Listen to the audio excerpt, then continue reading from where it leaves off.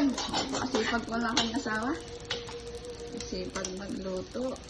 Ngayon nga po pala, birthday ng aming anak. Kaya nagluto po.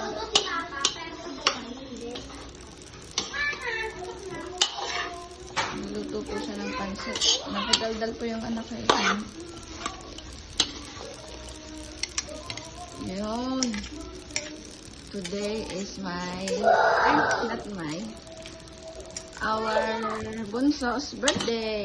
Kaya naman, si Papa ay nagluluto ng pansit. Ayan, ang specialty ni Papa.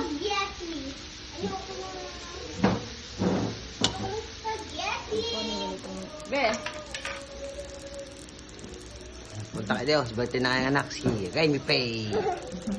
4 years old. Ayan, for this aming anak. Ito si Papa ng pansit.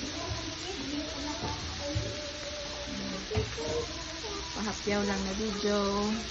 Bye-bye.